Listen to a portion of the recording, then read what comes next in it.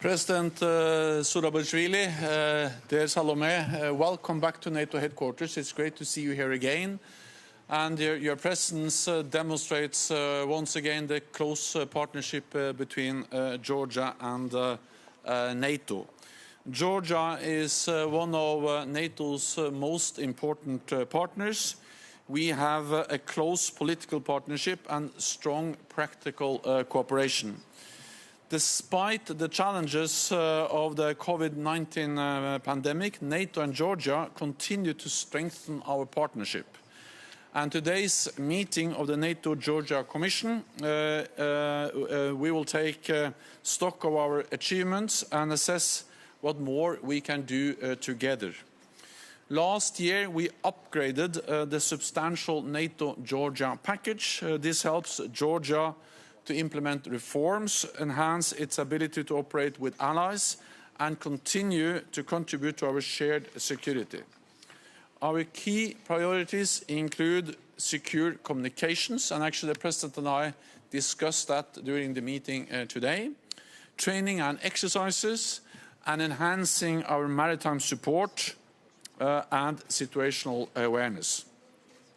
Today, we will also address the security situation in the Black Sea region and Russia's continued military buildup. NATO supports Georgia's territorial integrity and sovereignty within its international recognized borders. We continue to call on Russia to end its recognition of the regions of Abkhazia and South Ossetia and to withdraw its forces. And I took good note of the ruling by the European Court of Human Rights. It confirms that Russia is responsible for human rights violations in Abkhazia and South Ossetia, and that Russia exercises control there. It only strengthens our call for Russia to comply with international law and respect Georgia's territorial integrity. In our meeting, we also discussed the progress Georgia is making on the reforms. This is crucial because progress on reforms brings you closer to our shared goal, membership of NATO.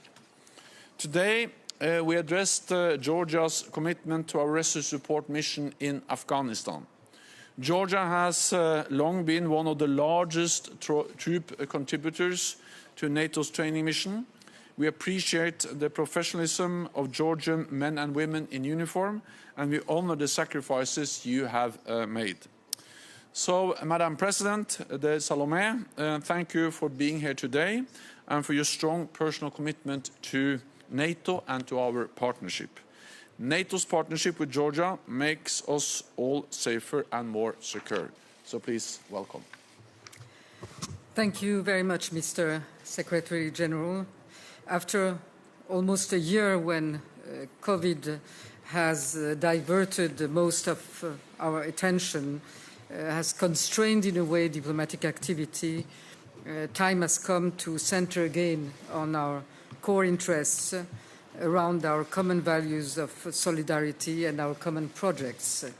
And I'm very glad to have the occasion at the beginning of this year to be here again and to, in that way, show how much our priority for Georgia-NATO relation and cooperation is more than ever actual. Facing old and new challenges, we need all to look forward. We need new energy, more movement, and more determination. A number of factors push us in that direction. The fact that a new American administration eager to reaffirm its ties to NATO and its presence, we hope, in the Black Sea and in the region is very important. In our region, we have seen new configuration of forces, which shows that even more than ever, the Black Sea and the Caucasus are becoming more important for security and should draw even more attention and presence from NATO. New challenges ask to be overcome together. Of course, COVID-19, but also cybersecurity, disinformation and the continuation of the conflicts that we see on our occupied territories, to name some of those, need us to join forces. We hope and call for the solidarity from our partners, individually and collectively, when fighting these common challenges, including the pandemic, notably through allocation of vaccines, or when trying to defend ourselves from renewed and more frequent cyber attacks and destabilization attempts.